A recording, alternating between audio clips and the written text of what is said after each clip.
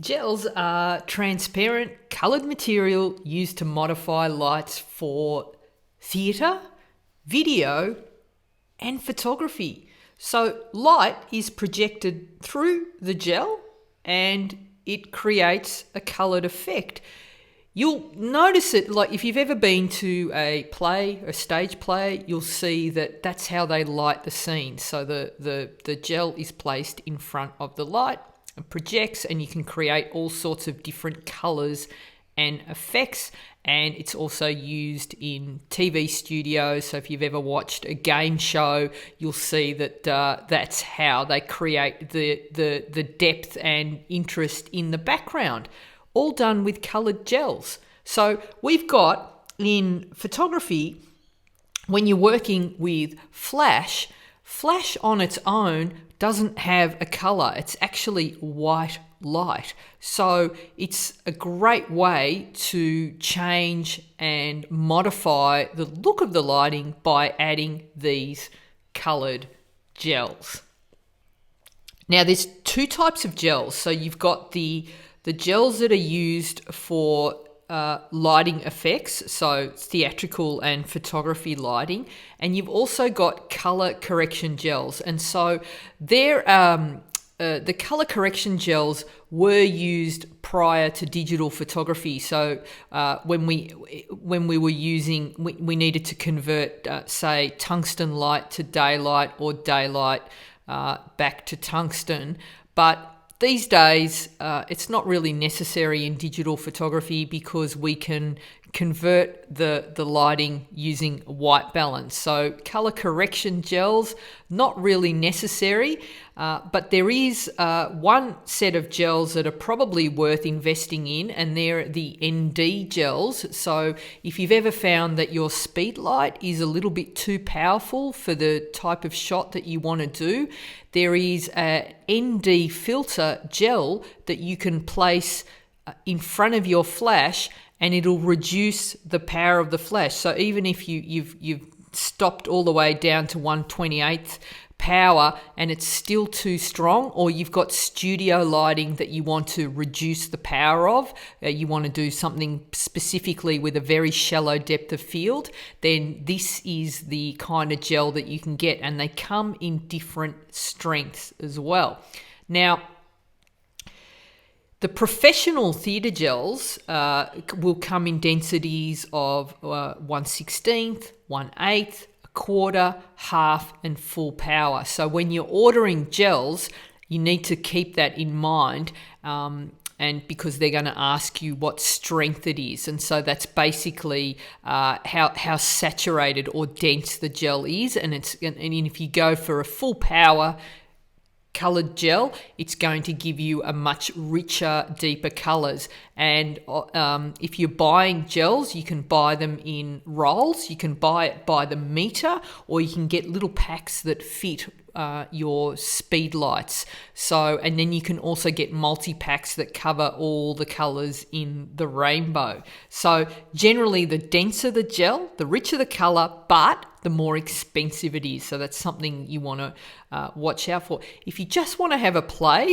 a cheaper alternative is to use something like cellophane, which is a cheap wrapping paper.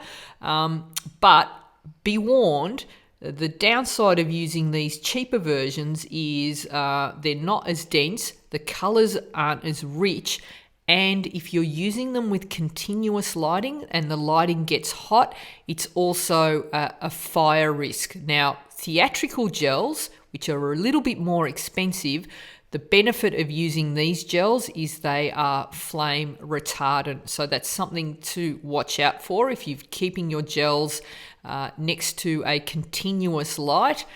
You want to be aware, and if you're using the cheaper gels that aren't flame retardant, be aware of that, because I've had this happen to me where they catch on fire. So don't let it happen to you. If you're using something like cellophane and you want to create a richer color and you're finding you're not getting it, then you can also double or triple up the gel. So if you're finding you're not getting that right color, you can even mix and match the gel. So I was often to create different different backdrops. I would have a blue gel on one side, a red gel on the other, and the two colors mixed together, and you get purple. And you can. There is so many creative things you can do with gels. So, a couple of things to be aware of. So we've talked about safety, so that's key. And the other thing is, if you're attaching your gel to your light, there is a number of great little systems that you can buy where the gel slides into a holder and then it goes over your flash that way. And then there's also the old-fashioned way. I just actually use gaffer tape and tape the gel to my light that way. I find that's the easiest.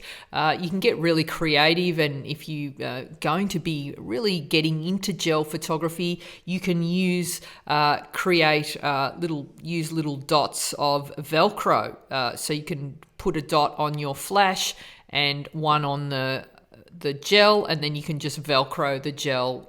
Also, I've seen pegs used or clamps. There's all manner of ways that you can actually attach your gel to your light. You will get a much better result working with gels if you work in a darker environment or against darker colours, so you need to keep that in mind. Now, there's a few different ways that I use coloured gels in my photography. So often I'll just use a warming gel in the highlights, as you can see here, as a backlight. It just adds a little bit of edge and drama rather than having white light. What I also love to do is vamp up my background by adding gels to a coloured backdrop. So this is by adding a red gel to an already red backdrop, gives it a bit more richness. I like to use blue gels in the background to add mood, and also little dooks of colour in the background to add mood. And sometimes I'll just add a little gel as a highlight, like you see in this image here, where you can see I've added a gel to the background. The gel that gets the biggest workout is the CTO gel. I use a 1/4 on my camera all the time when I'm shooting outdoors, but when I'm shooting on set, I like to use the CTO gel if I'm working on with stage lights. TV lights are usually tungsten and flash is daylight. So if you go ahead and use flash when you've got a tungsten background, it's not going to match. Your lights are going to be bright and white, and the background's going to be too warm. So what I do is I will attach a full CTO gel to my flash, and then that converts the light to tungsten. So you've got a warm light, and then it's just a matter of editing that in Lightroom. So you can see here, if I've got my image, here it is as shot, and with the gel, and what I can do is just come in, adjust the white balance, and with one click, and the lighting matches on the face as well as the background.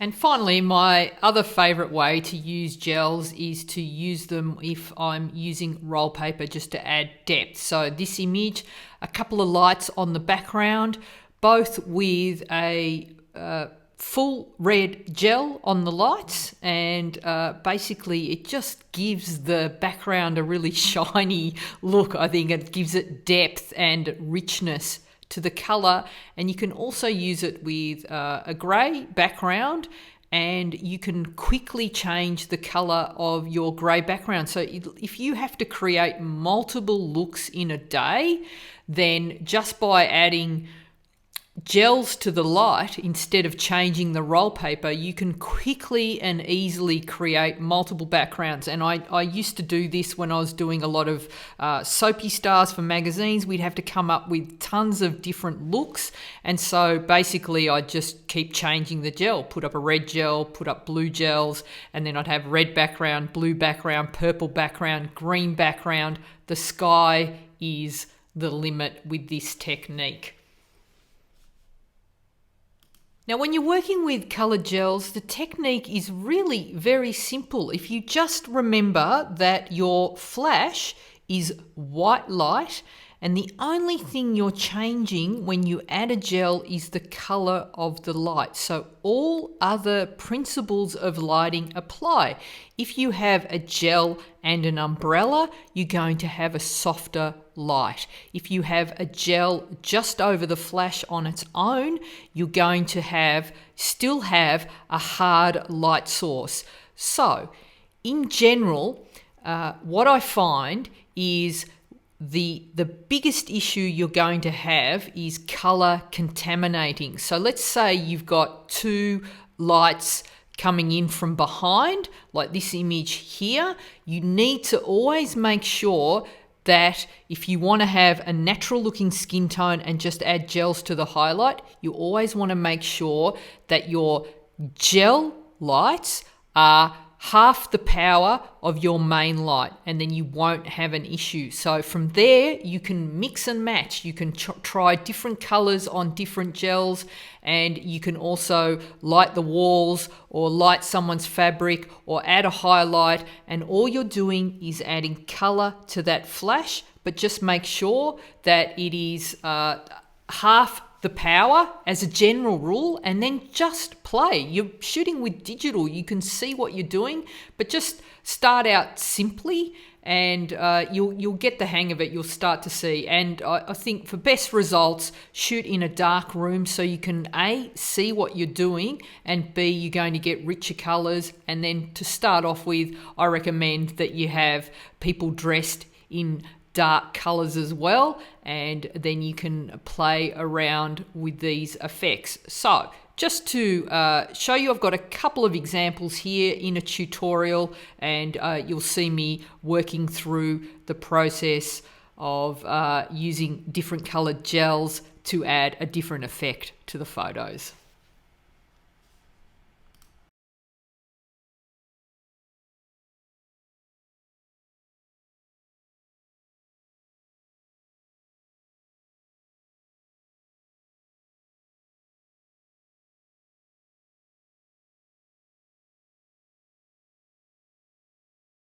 Pugsley set up now. I want to recreate that shot that we just did with window light, but I want to recreate it using a beauty dish. This will also work with a softbox.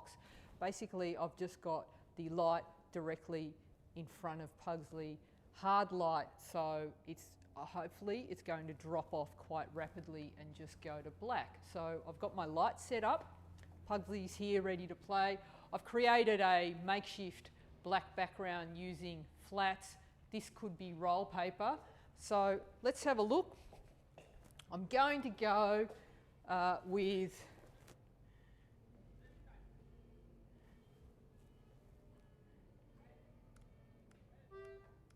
I want to kill the ambience. I'm going to go with f5.6 at a 200th of a second, focusing on Pugsley's eyes.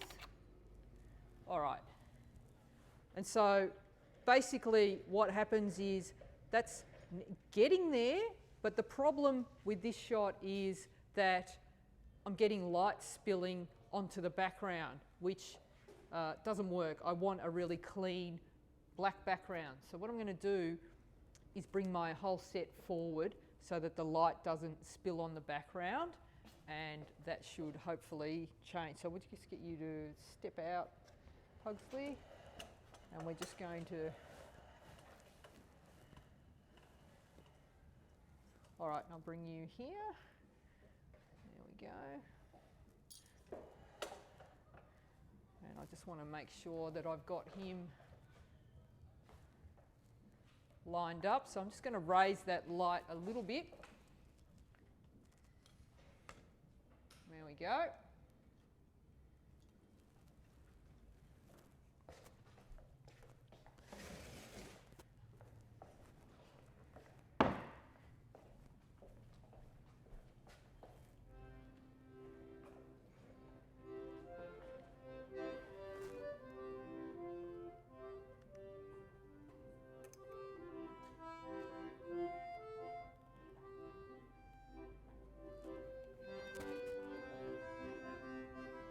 So I'm also going to drop my aperture to f8 as well, just to get the correct exposure. So just looking slightly up there, Pugsley, look up into the light, yeah, that's it, and play.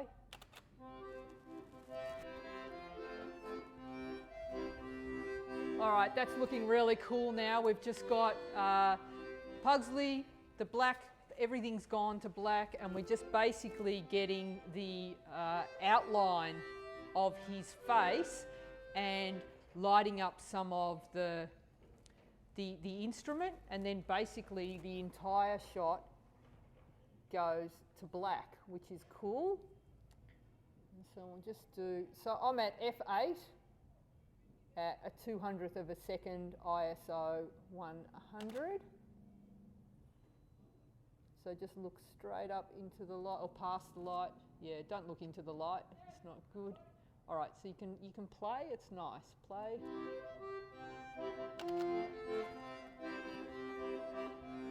All right.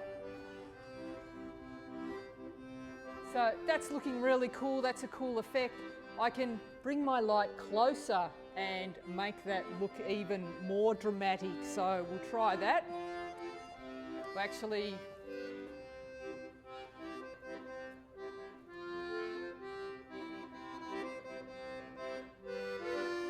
so now I've got my light closer, and so the fall off is going to be even more rapid.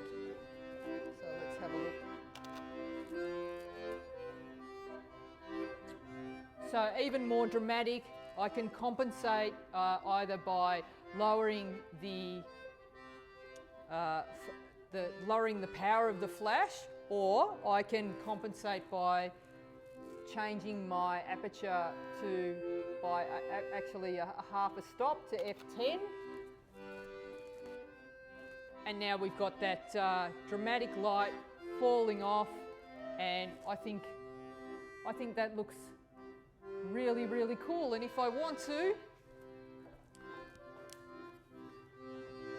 I can bring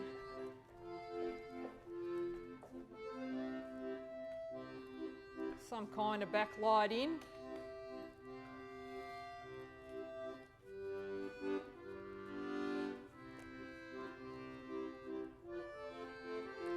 Yeah, I don't have.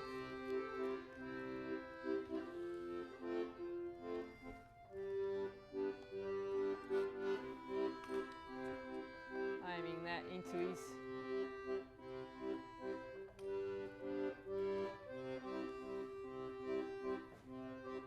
So we'll just try we'll try here if I can.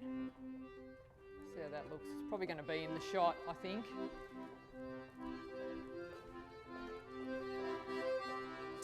That's in shot. Go the other way.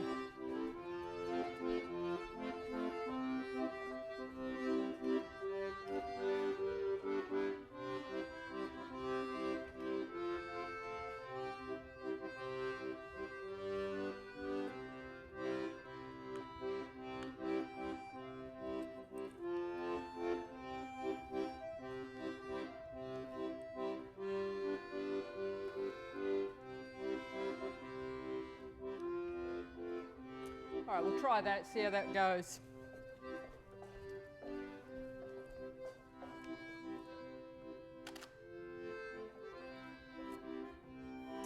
So that's given another sort of vibe to the shot. It's not bad, it's a nice mood. I quite like it.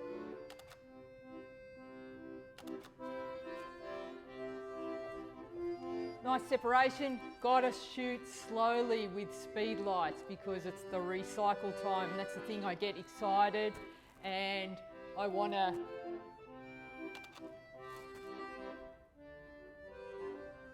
but there we go, that looks good. If I wanted to, we can bring that light higher just so it gets up over his face, and we've got a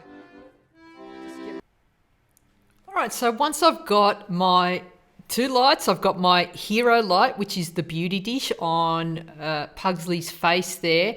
And I've already established the exposure of my background light just to give a little bit of separation between the model and the background. Now I can bring in a little dook of coloured gel to just highlight the background. And what I'm going to do is add some a red gel. So basically I have got my gel taped to the speed light, and then I've got the Gary Fong grid spot on top of that. And from here, all I'm doing is tweaking the position of the light to make sure that I'm getting it on the hair and on his shoulder.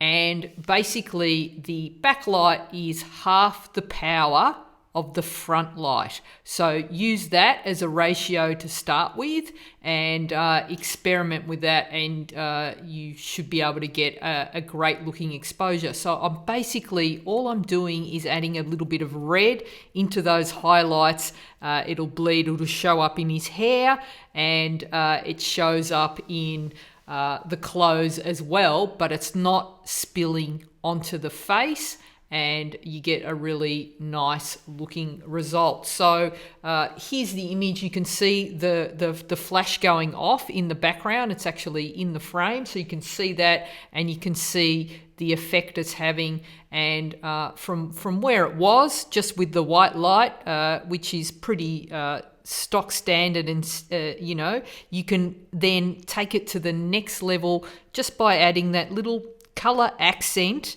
in the background.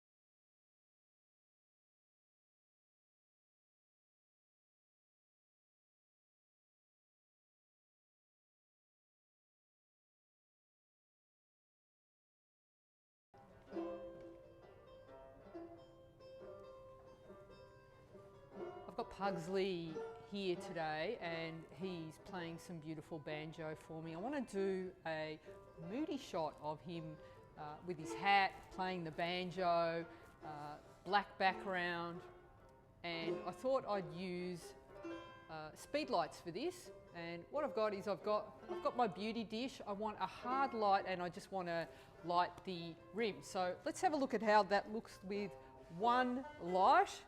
And I've got my light set to half power there, so let's have a look how that looks. And a couple of issues with the shot the way it is. So it's really moody, and I like that. I like that I'm with the hard light from the beauty dish, that I'm getting detail in the strings, and I'm just picking up like a highlight on the side of his face. The problem with this light, and I've kind of got it feathering across, but it's the fact that Pugsley's wearing a hat, and the light's going to always catch the rim. Now, what I can do is I can lower my light and bring it down and try and light him from here. The problem with that is when you light from low down, it's kind of horror lighting. It's not that flattering because we're lighting all the wrong spots, and it's the lighting they use in horror movies. So that's not ideal. And I don't want to ask him to take the hat off because I like the whole vibe. I like what's going on. I think it looks really cool. So I'm going to bring a second light in. I've got my Yongnuo speed light, and I've popped the Gary Fong grid spot on the front. I really like this because it attaches. It's really sturdy, the Velcro setting that he's got, and this is a good size grid. It's a good size to light up a face. And what I'm going to do is bring it in low enough and aim it at his face. And so it's going to be the beauty dish with a speed light lighting the outside of Pugsley's face. This is just coming in and lighting in here, so it's like it's just going to add another little pop and really make his face the hero of this shot. So I'm just going to aim it in there. Let's have a look how that looks.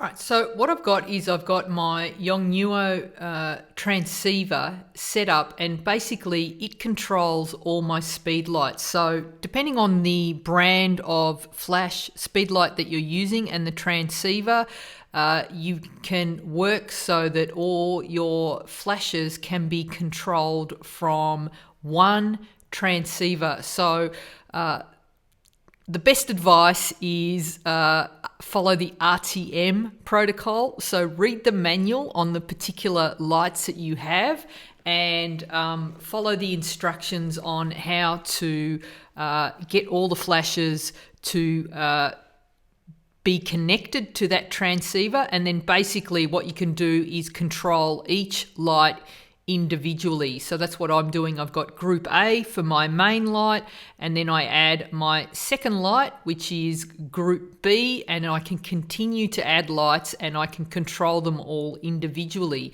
The other workaround is you can just use a trigger on the camera and have triggers on all your flashes, and you can control them, but you'll have to adjust them manually, individually on the actual flash. So have a look at your particular camera manufacturer's manual and you'll work it out. So it's fairly straightforward. The second one is on. Let's have a look.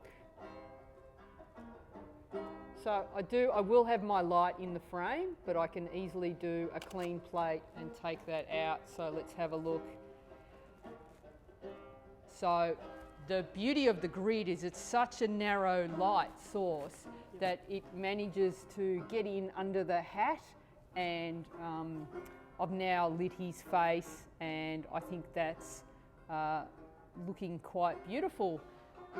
One thing that I'm not loving about the shot is that he's kind of looks like he's fading into the background. So I think what I might do is now bring in a third light and have a bit of rim light in the background. So, all right, so I've got my third speed light, naked head, so I'm not going to put a diffuser in, and I'm just going to aim it at Pugsley's back, and what I want to do is just give a little bit of rim. So we got this one set at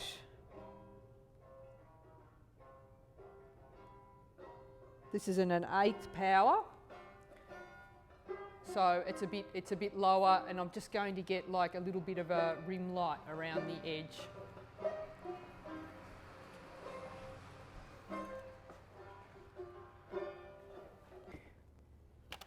So now we've got 3 lights and bang, just added a little bit of something. It's got that performance look about it, and I really love the fact that we can get in under his hat and capture the whole shot beautifully, and that looks really cool. I can come in a bit tighter if I want.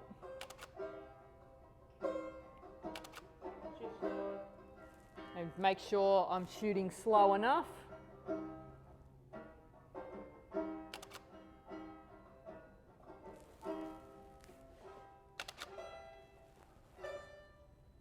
And that's a very cool shot. What I can do, just one more thing for that, is just add a little blue gel to the shot.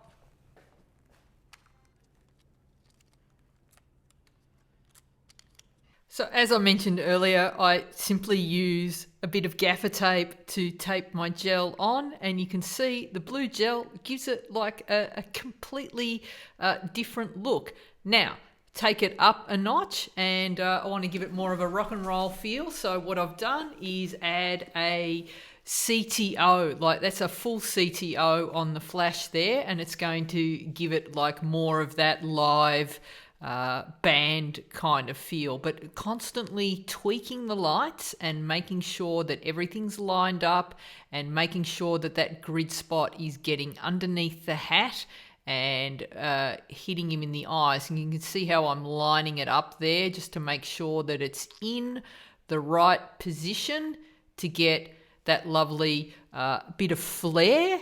It's kind of that I'm going for that live performance feel. Now, you can take that backlight and you can tweak it, like you can lower it or raise it, and if you don't want as much flare, so you can have just a beautiful warm rim light. So I've got the light just hidden behind his head so that the light is just spilling, and you can see if it was just flash without the gel, the light would be white, but when I've added the gel, I've got some warmth there as well. And depending on where it is positioned in the frame, you can get a little starburst, or you can just go for a beautiful rim light. So have a play around. It's super fun to do, and it's just a matter of experimenting with the light. But basically, all you're doing when you're adding gels is you're colouring the light, and it's lots of fun and will add a new dimension to your photography.